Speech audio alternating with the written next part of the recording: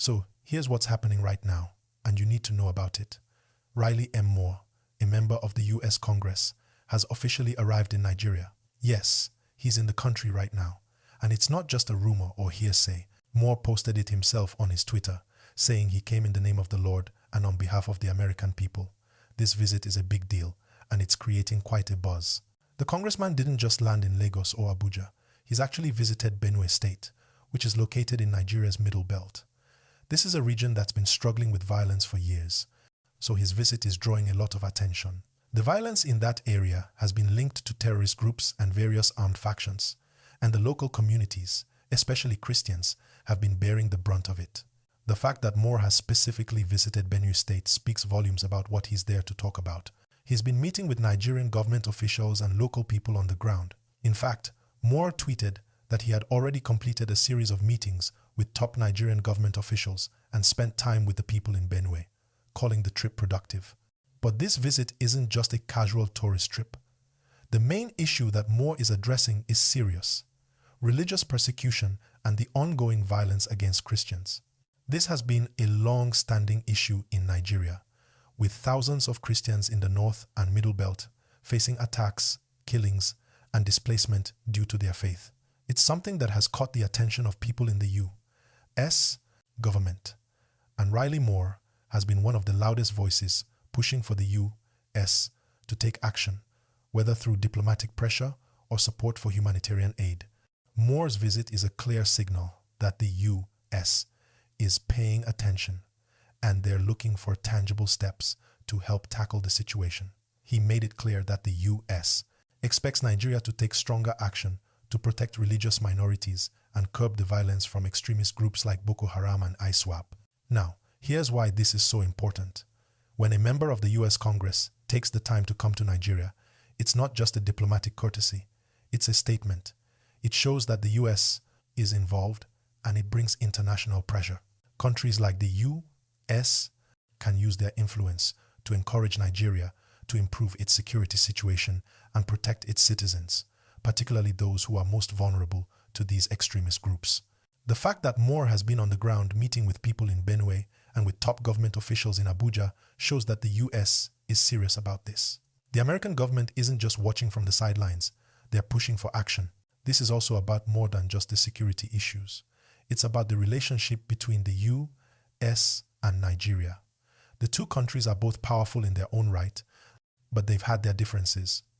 Nigeria, for example, doesn't always appreciate external interference, especially when it comes to how they handle their internal issues. They have often said that while they're dealing with terrorism, it's not necessarily a religious issue, but rather a matter of insurgency and local armed conflicts. But Moore's message is clear. The U.S.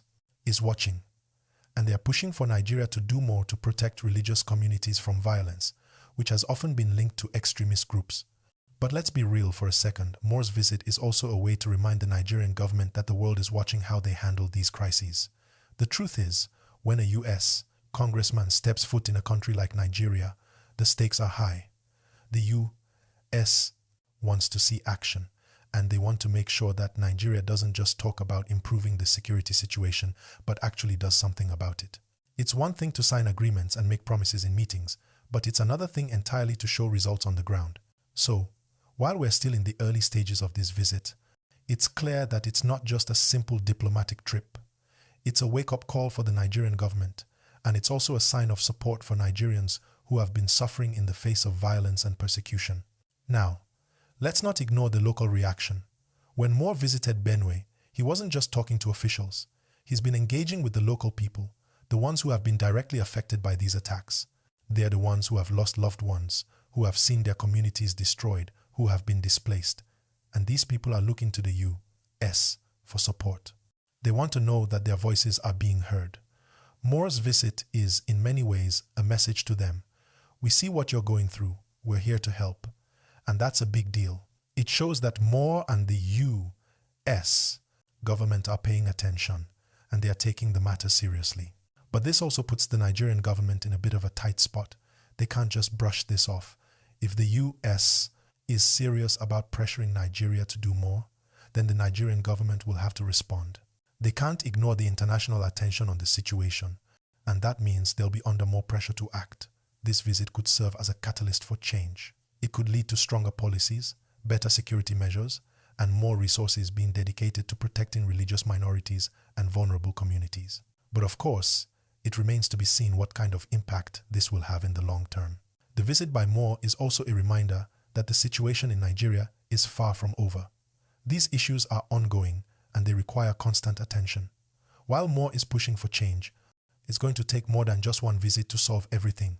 It's going to take cooperation from both the Nigerian government and international partners to tackle the root causes of the violence and provide real solutions for the people who are suffering. We've already seen how international pressure can help bring attention to human rights abuses. In the past, countries like the US have been able to use their influence to push for reforms in other countries. Will that happen here? Time will tell. But Moore's visit is definitely a step in the right direction. It shows that there are people who care, and there are people who are willing to speak up for the rights of others. Now, I want you to think about what this could mean for the future.